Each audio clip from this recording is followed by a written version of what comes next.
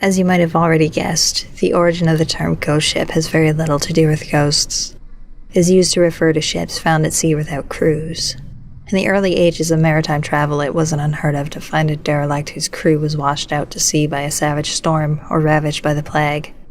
In the minds of the superstitious mariner, this suggested all sorts of outrageous stories. Tales of seafaring monsters and sirens luring unfortunate sailors to their doom were all too prevalent, overshadowing the more likely causes of piracy and sickness. I don't doubt the spreading of such ridiculous tales was due in part by those who wished to scare others off the lucrative field of maritime salvage. Even a small ship could net a lucky crew a tidy sum, not including the boat's cargo. Knowing this, how could these silly stories of haunted boats and their spectral crew sound like nothing more than a clumsy attempt to keep you all from a fair reward? I can never believe in these sorts of stories.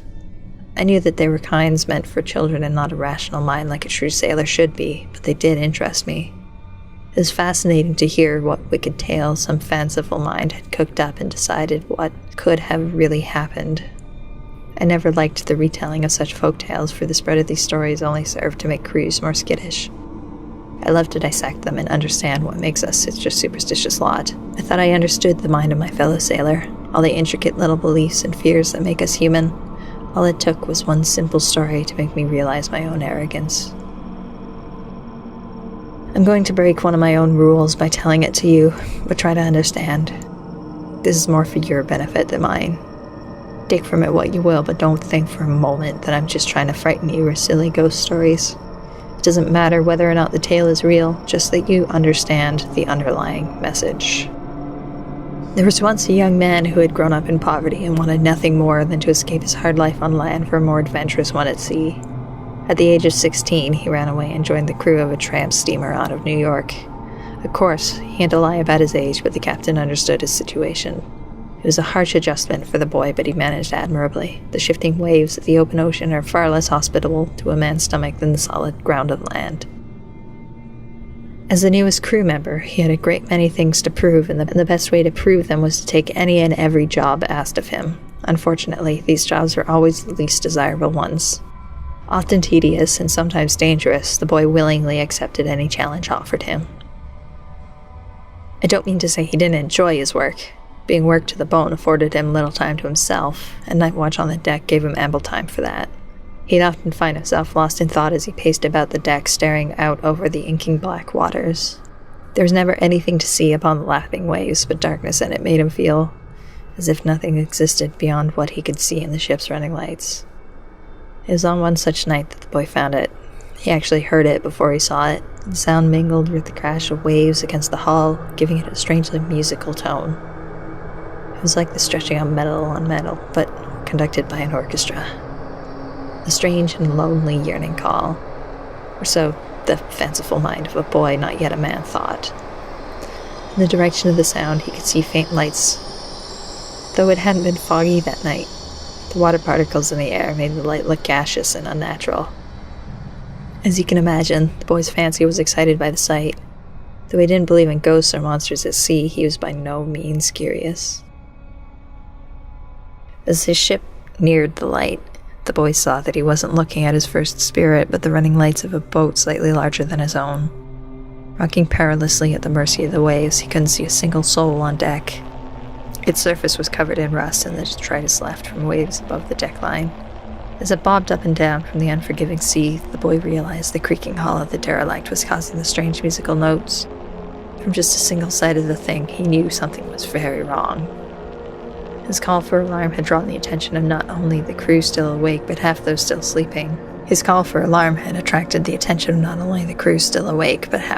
sleeping.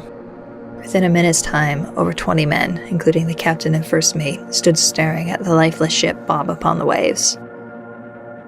Amidst the flurry of excited discussion, the boy caught the words survivors and salvage, but he could not tear his eyes away from the thing. It moved almost hypnotically on the ocean, and the creaking musical notes began to develop a hauntingly ominous quality. He thought it was almost pleading.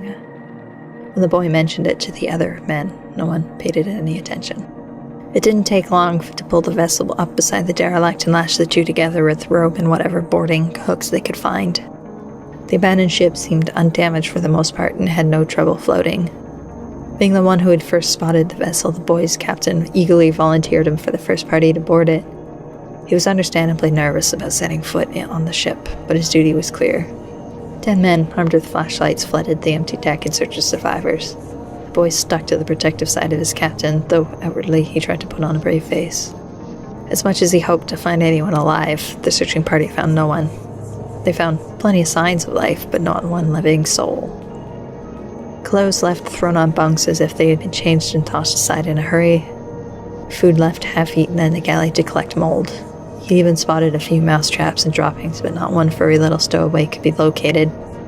The boatswain suspected the crew had abandoned ship due to fear of piracy or disease, but they found no lifeboats missing. Other theories floated about the crew as they searched, but the boy noticed no one seemed worried about the state of the ship, or the mounting intensity of the musical creaking. After finding nothing in the crew quarters and officially deciding that their expedition was no longer a rescue but a salvage, they moved greedily to the hold. Though it was damp, the cargo seemed mostly intact. The boy didn't know what most of it was, but the captain seemed quite excited by their find. The rest of the searchers seemed pleased and completely oblivious to the booming metallic scraping that echoed in his ears since he stepped onto the damned ship. It had never been this loud. There was no doubt in his mind that the musical creaking came from here, the belly of the ship. The boy had to slap his hands to his ears to shout it out. "Why can't you hear it?" he bellowed as he sunk to the floor. "Don't you see it's not safe here?" But no one listened to him. They were all veterans of the sea. They did not fear the old tales, nor did they fear the rantings of a child pretending to be a man. He yelled and grew violent in his attempt to make the sailors leave. When they tried to lay hands on him, the boy threw savage punches at his assailants. It took 5 men to wrestle him to the ground and drag him back to their ship. Once there, the boy was thrown into a cell. The captain left him with a sad look on his face, placing the keys to his prison quite visibly on a table in plain view. There he stayed for the next 2 days in a blighting agony with that musical screeching deafening him. On the dawn of the 3rd day, the boy awoke to the sound fading from what he assumed was distance. Had the crew listened to him and abandoned the derelict after all? As the day dragged on, the musical calling continued to fade until he was left with the silence of his own ship. Silence. No hum of motors or clomping footsteps. No voices. No one had come to give him his meals. His stomach twisted painfully as the implications ran through his mind. He had to get out. The flimsy frame of his cell's bed came apart easily, offering up a straight metal pole long enough to hook the table legs. Within minutes, he'd pulled it close enough to grab his cell's keys off the surface and throw open his cage. However, this joy of freedom was overshadowed by a growing sense of dread. There was nothing but the echoing sounds of groaning metal to greet him. The boy found his ship in a state much like he'd expected. No signs of a struggle, but not a single sailor on board but himself. Just like the derelict, food had been left partially consumed and clothing left on floors and bunks as if forgotten. What little he knew of the operations of the ship, you could tell the engines and boilers had been left to idle and eventually die from lack of attention.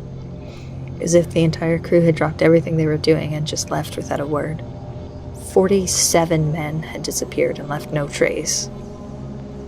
The worst of it all was that the derelict he'd been so irrationally frightened of had gone.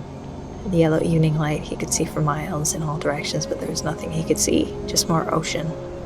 The boy felt oppressively alone in his empty ship on a cold, uncaring sea. Where had they all gone?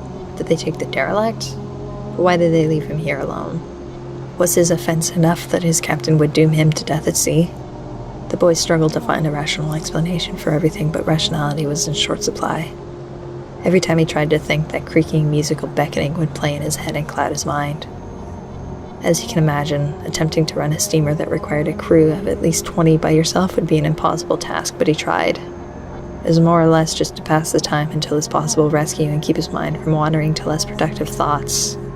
The radio did not reach far enough to effect a rescue, and he had no idea how to tell where he was anyway. All he could do was tend to the ship and hope, but really, it wouldn't matter in the end. As the days came and went, waves crashing against the hull began to give him nightmares. It was the music of the sea. The incessant drumming of the waves, the piping groan of the hull in protest, the sad, lonely song of the wind. It all sounded so familiar to him, and as he realized why, the song had begun to invade his waking world.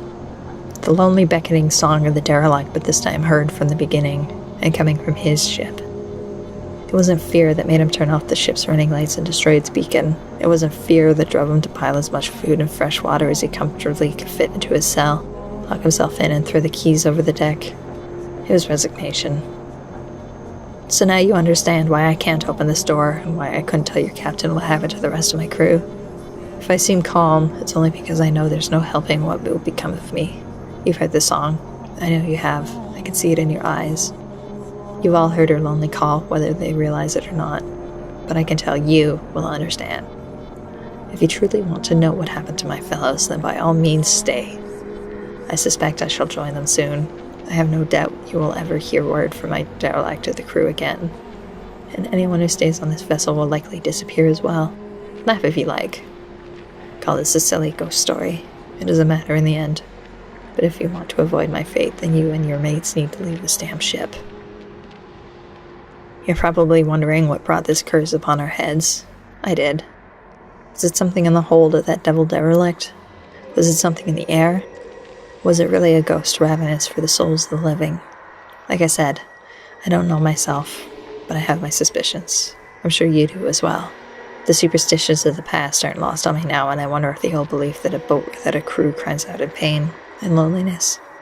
You can hear it now too, can't you? The song? The song of the one true siren.